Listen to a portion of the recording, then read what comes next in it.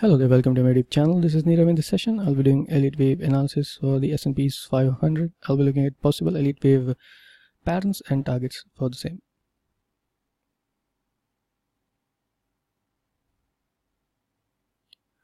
So before moving any further, I have a small announcement to make that I have started these one-to-one Skype interactive classes for the serious guys. Basically, anyone who has done this video course and has the basics clear is eligible to take these training classes. The purpose is to discuss intermediate to advanced level concepts in it, and if you have not done these classes but are sure that you have the basics very clear, then you can contact me via Skype and we can see if we can work or not. And the training program is basically one-to-one class on Skype, in which we generally go through a chart from ground zero and see how I make a count and make hypotheses, and then you can ask questions and discuss, and at the end the target is to reach a point where we have a strategy or a number of strategies which we can implement on the actual market in that particular chart. And the pricing has been kept as affordable as possible and currently running at 33% discount if you're interested. Once again, I repeat, only the serious guys should contact me via Skype for this one. I want the discussions to be intermediate to advanced, and I have already done 6 or 8 something classes with different people on this training program. And yeah, one more thing, I'm looking to start a 6-month batch as well with those who do these training programs with me, but that's something we'll discuss with only the guys who do this. The details for that is not available on the website and all. I guess that's all for it. Let's move to S&P charts. So right now here on screen you can see we have the 4-hour chart. This one is the Hypo 2. We will be discussing 3. So Hypo 2, Hypo 4, and this one is the Hypo 5. So we will be discussing all 3 of these. And yes, by the numbers, your guess is right. We at one point had 5 different hypotheses for this chart, and as the market progressed, 2 hypotheses, that is Hypo 1 and number 3, got relegated. So we are left with 2, 4, and 5. Let's start our discussion with Hypo number 2, and I'd like to point out that we are in a wave 4 type of correction from this point, which is our point of reference for this discussion. Point of reference is basically the starting point. So from this point onwards, we are in wave 4, and I am taking this wave 4 as a triangle type of correction. Those who are not much familiar with Elliott Wave, I would like to clarify that a triangle is a 3 down, 3 up, 3 down, 3 up, and 3 down type of structure, in which we have 5 waves labeled as this. And as you can see, this is our starting point, and from here on we have 3 down as an A, up for a B, and down for a C, completing the A wave over here, then 3 up as a W, followed by an X, followed by a Y for a B wave over here, followed by a C wave as an A and a B and a C, completing the C over here, followed by a D over here, and followed by an E over here. So basically what this means is that as per this hypothesis, the triangle is complete, and that means that we will continue with the upward trend. So let's see what would be the strategy as per this hypothesis. So if the upward trend has already started, that is if this wave E is complete, then that would be the wave 4, and we should move up for the wave 5. Now in the wave 5, which is again an impulse or an ending diagonal, we will have 5 legs in itself. Like let's say this is 1, 2, 3, 4, and 5, and this is the 4th wave that we are talking about, which is a triangle, right? So this whole thing is a triangle. Then this 5th wave, which will follow after it, this leg, this future wave, will have 5 waves of itself within it. So if I magnify this 5th wave, it will look something like this, most likely. If not an ending diagonal, then it will definitely look like this. So it will basically have 5 waves of itself within it. That's what I'm trying to say. So if it has 5 waves of itself within it, then the first will be up, which I think is this one. Second will be down, that is a pullback, and then the third will be up, breaking the high of the first. Breaking the high of the first, that is taking on this high. So if I clear it out and explain it here, what I'm trying to say is that we will have this wave 1 complete, somewhere, and maybe it's complete over here or maybe over these levels, this zone. So after this one is complete, we should have a pullback for wave 2, and then wave 3 will come up, then wave 4, and then wave 5. The important thing is that wave 2 pullback should be followed by a wave 3 up, which will take on this high of wave 1. So this will be our confirmation that the wave E was complete over here, and this is an impulse in the upward direction. So the confirmation will come after the pullback followed by a break of the last high. That will be confirmation that hypo 2 is the one being followed. So that is the bullish hypo. Let's look at the hypo number 4. So this is the second hypothesis, which is, again, as you can see on the screen, is a bullish hypothesis. So let's see what's going over here. So in this particular hypothesis, what I'm thinking is that the A is complete over here, the B is complete over here, just as the last hypo. The C is complete over here, just as the last hypo, but the D wave is not over here, but over here. That is, the D wave is going on as a bit more sideways type of move, a complex move, basically a WXY. A WXY is basically a 3-3-3 type of move.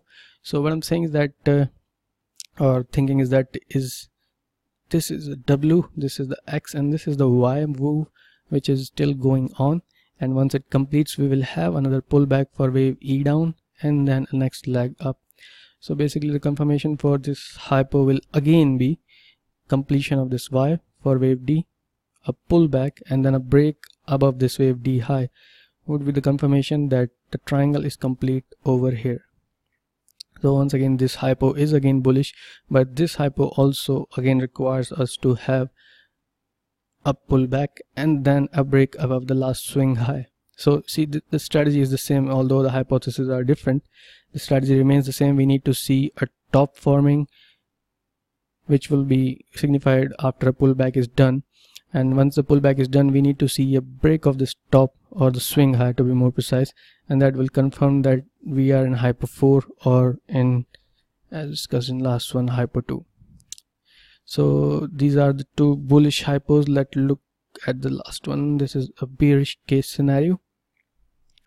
So in this particular scenario, one more thing before I discuss this hypo. Actually, wave 4s generally tend to be triangles, and when a wave 4 is going on as a triangle, the biggest mistake that people do is that they assume that the triangle is complete too early in time. Generally that's because the wave 4s are deceiving by their very nature, and they will show you or give you signs that the triangle is already complete. So that's why we have to consider these various different scenarios for the triangle itself. So let's look at the hypo 5 with that in mind. So hypo 5 is a bit different, right? In hypo 5 I'm assuming that this wave 4 is not going as a triangle but as a zigzag. Now if you don't know, a zigzag is a 5-3-5 type of pattern, which is wave A, B and C. Wave A would be basically 5 legs down, followed by wave B, which could be any corrective structure, zigzag, flat or triangle, and wave C is again 5 legs down. So if we look over here, we have the A wave coming over here, which can be taken as a 5 legs down, just like this 1, 2, 3, 4 and 5. So this can be taken as 5 down for wave A, and as I just said, B is a corrective structure. It could be a zigzag, flat or triangle. In this particular case we are looking at it as a triangle. So that means that as I just discussed, the triangle will have 5 legs in itself, which would look like 3 up, 3 down, 3 up, 3 down and 3 up again. So this would be, let's make this peak a little bit higher. So this would be the A of the triangle. Let me do it again.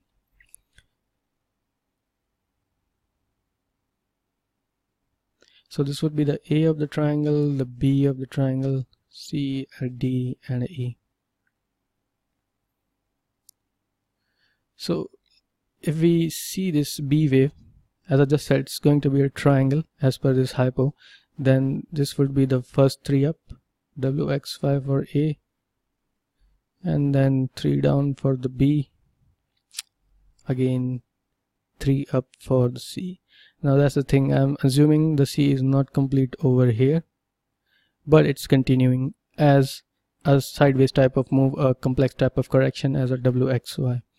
Now it's important to note that if we consider that this C was not over here but over here, then we can also say that D is over here because it's actually 3 legs down. If the D is over here, then the E would have formed somewhere over there. It should not have crossed above this wave C high. So that basically invalidates this hypothesis or this understanding that C is over here. So we are left again with what I discussed beforehand, that we have the C continuing as a WXY. So if the C is continuing as a WXY, then we are currently in a parallel channel. This is cyan channel, which you can see is the parallel channel, and I'm expecting this to complete somewhere over in this range. After that we should move down for D and then E. Once the E is complete over here, we should see a down leg. Now that's a bearish hypo, which is saying that we have much more downside remaining, but that's a good point. But the main point I want you to take over here is that it's also pointing in the downward direction for the intermediate time. That is, it's saying that once a top is formed over here, we are supposed to have a pullback. Now that's the theme which is common with both hypo 2, 4 and 5. Remember, in the hypo 4 we had the theme that after D is complete we will see a pullback for E and then a leg up, and in hypo 2 we had the theme that once the 1 is complete somewhere in this range, we will have the wave 2 down for our, in technical terms, we will have a wave to pull back, and then we will see the next leg up. So if you see, both these hypo number 2 is pointing that let me write it down. So hypo 2 is pointing that we will have a pullback, and then we will have an up leg. Now hypo 4 is the second one we discussed. Let's see what it's saying. Hypo 4 is saying that we will have a wave E downwards, so basically down leg and then up move. So this is hypo 4, and the last one is hypo 5.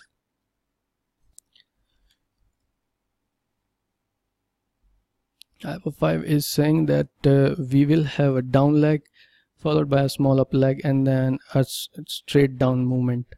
So see, even this is pointing in the downward direction for the intermediate, let's just say for the upcoming sessions, like next week or so, right? So for the upcoming sessions or the short term, we are seeing down leg, right? Again, in all three of these, in the hypo 5, the 4 and the 2. So that makes it a bit clear that for the short term, if we can see a top forming in this region, then we will definitely be looking to short this market. And I mean, we can look to short this market. Obviously you should do your own analysis before doing any trade, and this is not an advisory or anything, just an educational understanding of Elliott Wave over here. So what we can conclude from all these three hypotheses, that we are looking for a short term reversal over here, and we can do a little bit deeper over here. Like let's just say if the one is complete somewhere over in this region, then we generally look to see a pullback in the 50-60% zone of the wave 1 up. So we can, let's just say, for a rough analysis, obviously this is rough because the wave 1 high is still not known. Let's just assume that the wave 1 completes somewhere over there, right? So 50-60 would be somewhere in this level of 2670 to say what, 2650. So hypo 2, roughly we can say we are looking at 2670 to 2650. Let's note that down as well.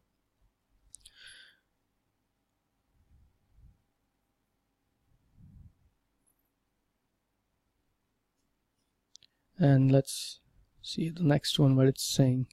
Hypo 4 is suggesting wave E down. Now again, we don't have the top of wave D over here, so we'll again assume it at this level.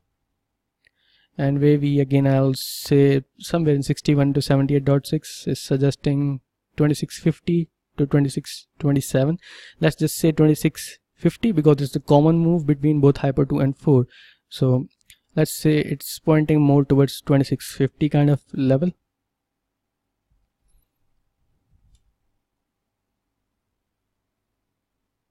And let's look at the last one. This is the hype of 5, which is suggesting again wave down for wave D, followed by up E, and then a long leg down for completely new impulse or an ending diagonal for wave C,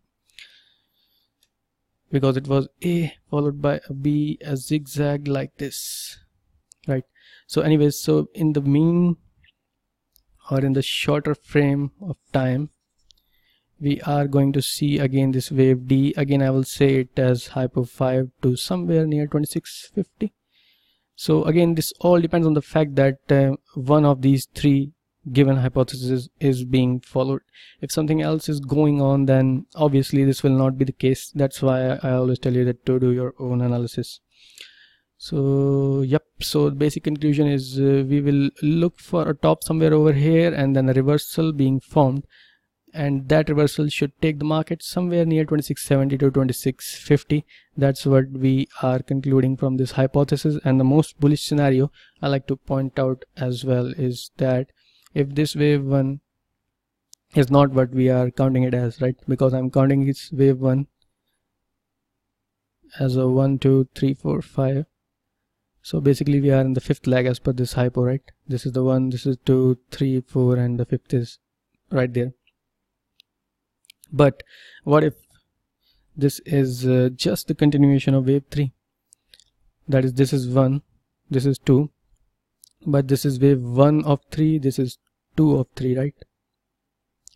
And this is 3 of 3, followed by 4 of 3, followed by 5 of 3. And that will complete the wave 3, right? Not the whole structure. And then we will be followed by wave 4. And then we will be followed by wave 5, which will complete this wave 1. Let's put a dot over there. So this will complete this wave 1, right? And then we will see a wave 2 pullback. So that's the only scenario which is too bullish, which is suggesting that we will have no pullbacks whatsoever. And I mean, there will be still a pullback for wave 4, but this will be too small, and definitely not to this 2670 2650 level, somewhere near this 2700 something level. So that's the only hypothesis which is suggesting that we will not be seeing a top somewhere over there, but just a small pullback somewhere near here, and then up and then down and then up for wave 1 completion, followed by wave 2 and then the leg up. However, to avoid this confusion that if this is the wave 3 still continuing, that if this wave is still continuing, or if it's complete over here, we can draw 2 to 4, and we can assume that if this particular downward trend line is broken, then we can assume that the wave 1 is complete over here, and that we are in a wave 2 correction. So this is obviously just a generalized way of looking at the market. This is no hard and fast rule that if this is broken, then definitely it's going to be wave 2. There can be a couple of things playing out given the scenario of that point in that point of time. But as a general perspective, we always like to see the lower trend line of this channel broken. That is generally our confirmation that the wave 1 is complete, because all 5 waves are complete, and then we have the bigger level wave 1 complete, and then followed by a correction to the downside. So these are the 3 hypotheses or 4 scenarios that I wanted to discuss, including this most bullish scenario where we have a lot of upside still remaining.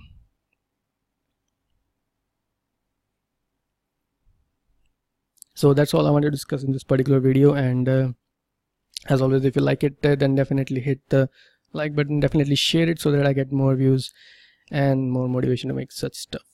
And yeah, once again, if you are interested in those one-to-one classes or the video course, definitely check them out. For the one-to-one classes, definitely contact me on Skype first before making any payment whatsoever. And if you have any doubts, obviously you'll contact me on Skype. That's about that, and I hope to see you in the next one. Thank you.